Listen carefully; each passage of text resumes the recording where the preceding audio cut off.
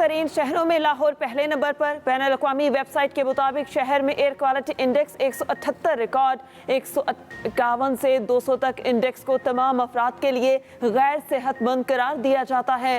آلودہ ترین شہروں میں دبئی دوسرے، ریاض تیسرے، دہلی چوتھے نمبر پر موجود۔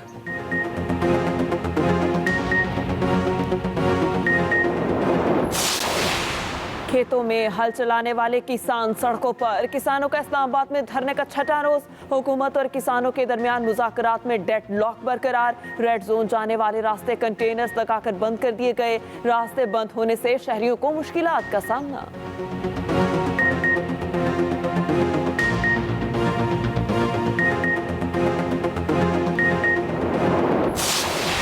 جج دھمکی کیس، عمران خان کا بیان حلفی منظور ہوگا یا نہیں؟ فرد جرم لگے گی یا نہیں؟ اسلام آباد ہائی کورٹ میں آج سماعت کے بعد فیصلے کا امکان۔ عدالت نے عمران خان پر آج فرد جرم عائد کرنے کی تاریخ بھی مقرر کر رکھی ہے۔ نئے بیان حلفی میں عمران خان نے غیر مشروط معافی مانگنے سے گریز کیا تھا۔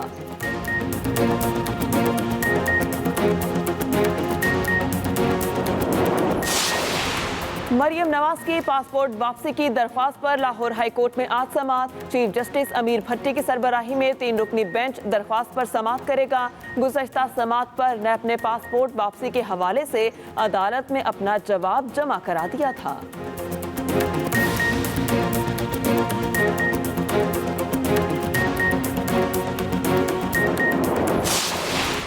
وزیر اعلیٰ پنجاب کی ہدایت پر سیلاب زدگان کی آبادکاری کے عمل میں تیزی۔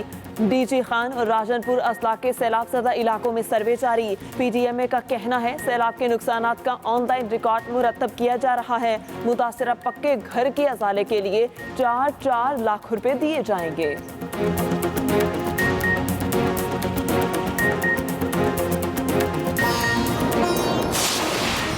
اور کراچی میں بادلوں کے ڈیرے، کہیں ٹھنڈی ہوائیں تو کہیں رم جم پھوار۔ شہر قائد کے مختلف علاقوں میں رات گئے بوندا باندی، موسم خوشگوار ہو گیا۔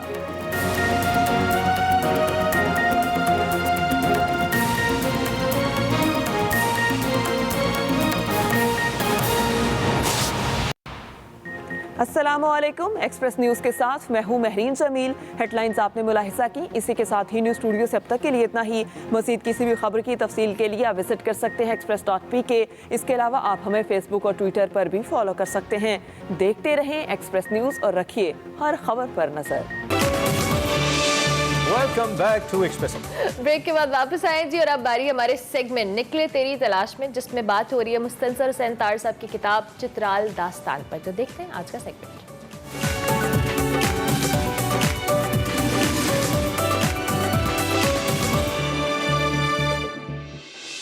السلام علیکم ناظرین، میں ہوں وقار احمد اور آپ دیکھ رہے ہیں نکلے تیری تلاش میں۔ نکلے تیری تلاش میں جس کتاب پر گفتگو ہو رہی ہے طاہر صاحب کے ساتھ، اس کا نام ہے چترال داستان۔ چترال داستان جو ہے وہ لیٹ 80s میں لکھی گئی، اور طاہر صاحب نے جو سفر اختیار کیا وہ گلگت سے غزر روڈ پہ سفر کیا، اور پوری وادی غزر سے ہوتے ہوئے وہ مستوج اور بونی سے ہوتے ہوئے چترال پہنچتے ہیں۔ اور یہ تمام سفر جو ہے اس میں ہم نے کاغذی مسجد کو ڈسکس کیا تھا، اس میں ہم نے مستوج کے قلعے کی بات کی تھی، اس میں ہم نے شندور ٹاپ کی بات کی۔ یہ تمام چیزیں جو ہیں گزشتہ ساتھ میں ہم نے بڑی مفصل طاہر صاحب کے ساتھ جو ہے ڈسکشن ہوئی تھی۔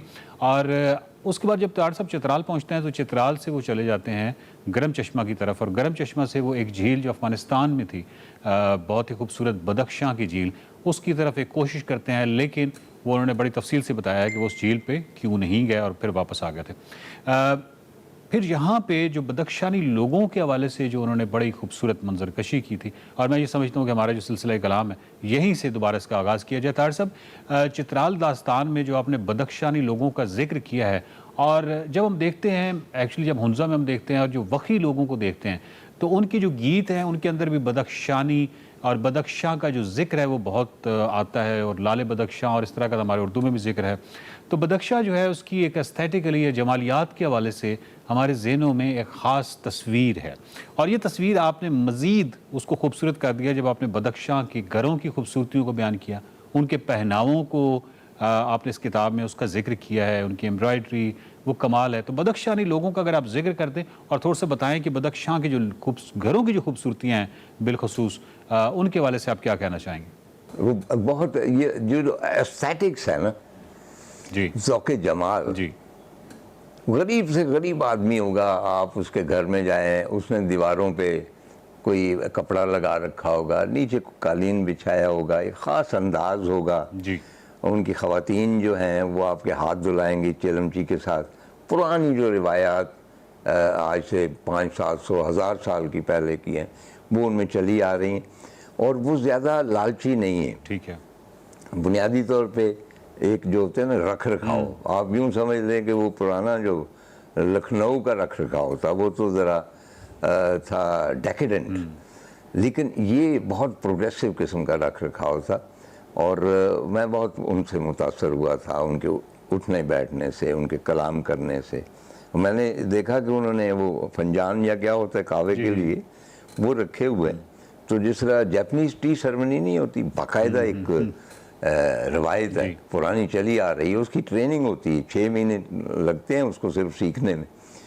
تو ایگزیکٹلی اسی طرح یہ کعوہ جس طرح بناتے تھے اور پیالیاں پکڑتے تھے اس کو پیتے تھے, وہ کچھ جیپنیز ٹی سرمنی سے کوئی کم چیز نہیں. واہ واہ. طاہر صاحب ایک جو چیز ہے جو بڑی حیران کرتی ہے کہ جب آپ گزر والی سائڈ پہ جاتے ہیں تو آپ کو کھانوں کے اندر جو ہے نا خاص قسم کی ورائٹی آ جاتی ہے, اور بڑے لذیذ کھانے ہیں, بہت ہی ایک تنوع ہے ان کے کھانوں کے اندر. اور پھر جب آپ شندور ٹاپ سے چترال کی طرف اترتے ہیں تو جو دسترخوان ہے اس پہ جو کھانوں کی تعداد ہے وہ اس میں کہیں زیادہ اضافہ ہو جاتا ہے اور کہیں زیادہ وہ لذیذ ہو جاتی ہیں. تو اس کی وجہ کیا ہے؟ کیا اس کی وجہ یہ ہے کہ اس ایریا میں جو چترال کے ایریا ہے اور پھر جو غزل والی سائیڈ ہے اس میں ہم کمپیریٹیولی باقی گلگت بلتستان کو دیکھتے ہیں تو یہاں پہ زمین ہمیں زیادہ نظر آتی ہے, تو اس کی وجہ یہ ہے کہ یہاں پہ زمین زیادہ تھی یا غربت, اب کمپیریٹیولی ہم کہیں کہ غربت جو تھی یہاں پہ کم تھی؟ غربت تو تھی ساری, لیکن وہی میں نے عرض کیا نا کہ یہ جو امپیکٹ تھا مطلب تھی وہ افغانستان ہے, وہ پٹی ہے واخان, ٹھیک, اور آخر تک جاتی, اور ازبکستان بھی ساتھ ہی وہاں پہ منسلک ہے اس کے ساتھ.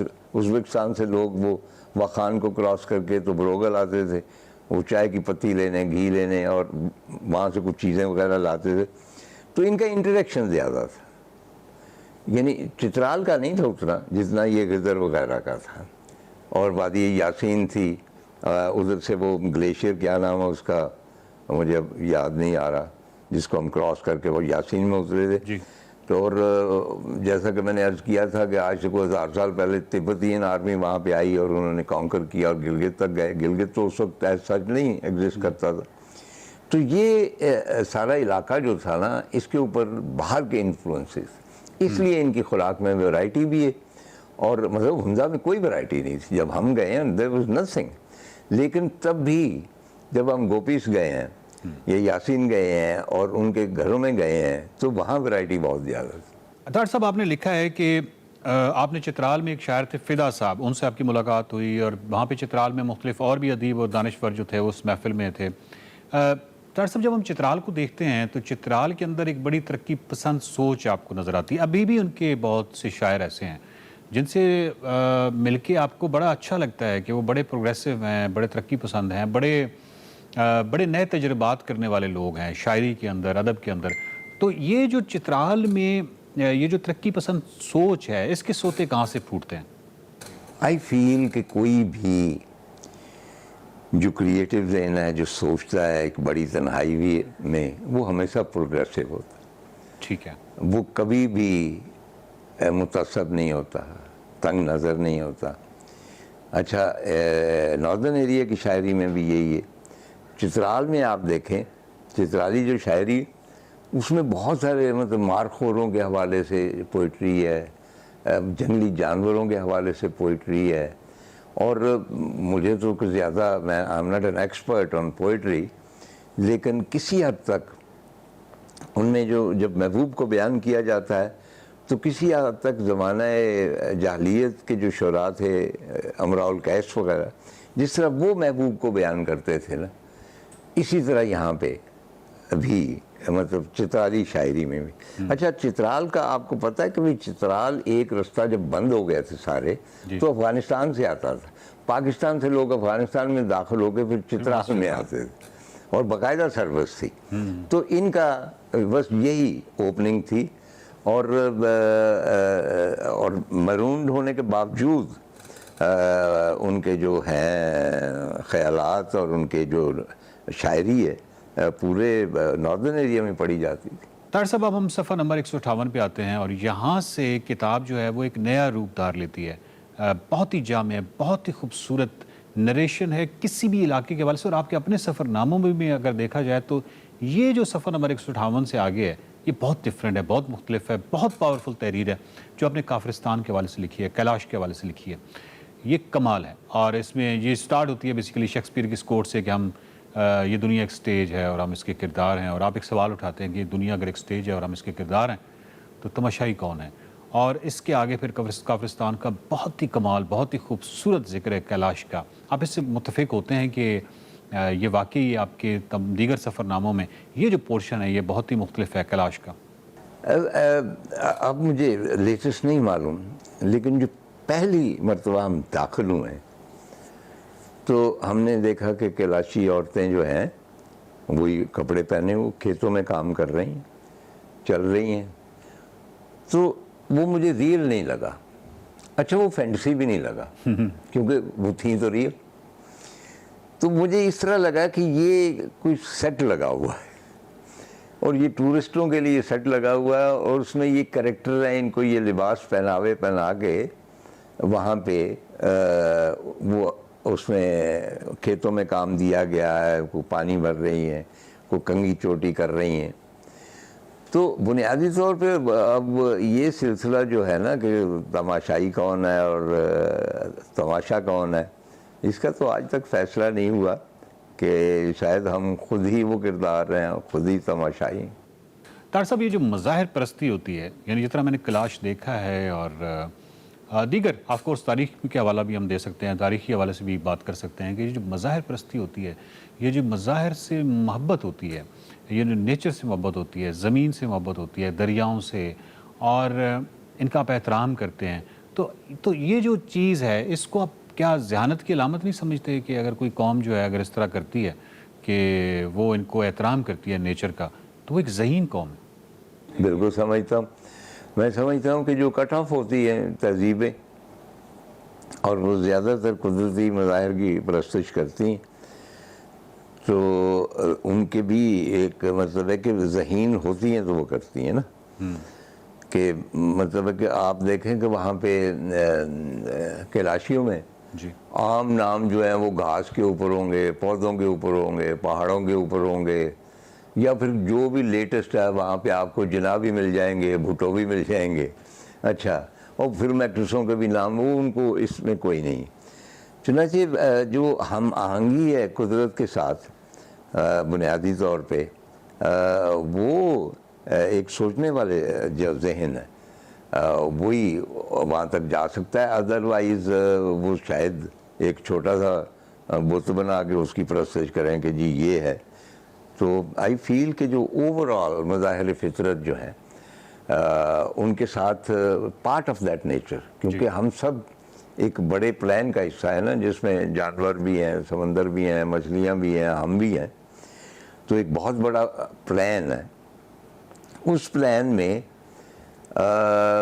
بیسیکلی تو میں ہمیشہ یہ کہتا ہوں کہ ناردرن ایریا جب میں جاتا ہوں تو آئی فیل کہ وہاں پہ جو جاہ و جلال ہے، جو جمال ہے، جو امپیکٹ ہے خوبصورتی کا، وہ آپ کو اللہ تعالیٰ کے نزدیک لے آتا ہے۔ تو وہ بھی تو مظاہر پرستی ہے نا، ہم وہ منظر دیکھ کے اس منظر کا تو اس کے قریب ہوتے ہیں۔ تو اس لیے جو لوگ مظاہر پرستی کرتے ہیں وہ بنیادی طور پہ وہ جو رب ہے اسی کی ثنا کر رہے ہیں، اس کی بنائی ہوئی چیزوں کو مان رہے ہیں نا، ان کی پرستش کر رہے ہیں تو اسی کی کر رہے ہیں، تو ان اے وے شاید وہ ہم سے زیادہ انٹیلیجنٹ ہے۔ ناظرین یہ تھا نکلے تیری تلاش میں آج کا، اور نکلے تیری تلاش میں کیا ہے، ہم کس چیز کی تلاش کر رہے ہیں؟ ہم تلاش کر رہے ہیں چترال کو، چترال کے ادب کو، چترال کی ثقافت کو، چترال کی خوبصورتیوں کو، اس کی لینڈسکیپ کی خوبصورتی کو، اور اس میں آف کورس گیزر ویلی بھی شامل ہے کیونکہ اس سفر نامے میں گیزر سے ہی یہ سفر جو ہے اس کا آغاز کیا گیا تھا۔ تو یہ جو سلسلہ ہے یہ جاری ہے، اور اگلے ہفتے نکلے تیری تلاش میں طاہر صاحب سے مزید گفتگو کریں گے چترال داستان پر۔ دیکھتے رہیے نکلے تیری تلاش میں۔